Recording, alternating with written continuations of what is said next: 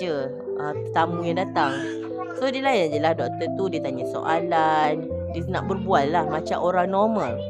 Tapi doktor ni nampaknya tak normal. So dia akan duduk kat situ dengan muka kosong, dan dia akan balik tepat 6. Akan stay kat rumah tu selama 2 jam. So selama 2 jam kau kena hadap muka tetamu kau yang dia akan datang setiap hari tepat pukul 4 petang. Okey, doktor ni tak jahat. Dia tak jahat. Dia tak bawa pisau ataupun dia tak bergaduh pun dengan pasangan ni. Tetapi cara dia tu datang setiap hari, kehadiran dia yang senyap itulah yang membunuh mental ketenteraman pasangan berdua.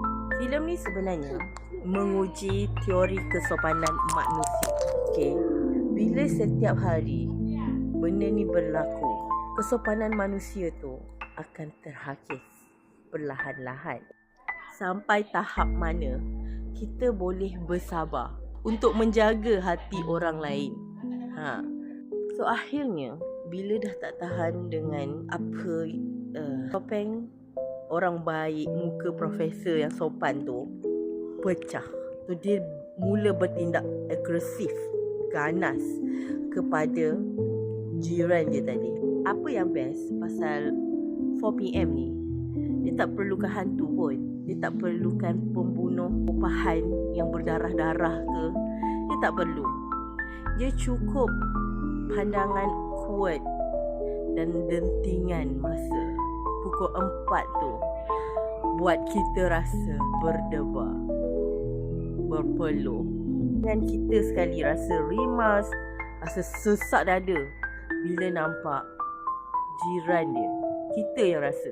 So cerita ni dia menunjukkan daripada seseorang yang sopan, tapi bila mental dia dah terganggu, dia boleh berubah ganas dan hilang pertimbangan. So ending filem ni memang dark dan buat kita terfikir tentang diri kita sendiri. So untuk korang yang tak suka dengan kejutan tetamu ataupun kejutan jiran tetangga yang datang tiba, korang wajib tengok cerita ni. Lepas tu, lepas habis korang tengok, komen lah macam mana korang rasa. Korang pun kena anxiety tak tengok cerita ni? Rasa geram tak? Rasa marah tak? Marah kat siapa? Profesor ke doktor? Marah kat diri sendiri. Okay, so kalau korang suka filem-filem macam ni, jangan lupa lah untuk follow Aisyah. Bye korang.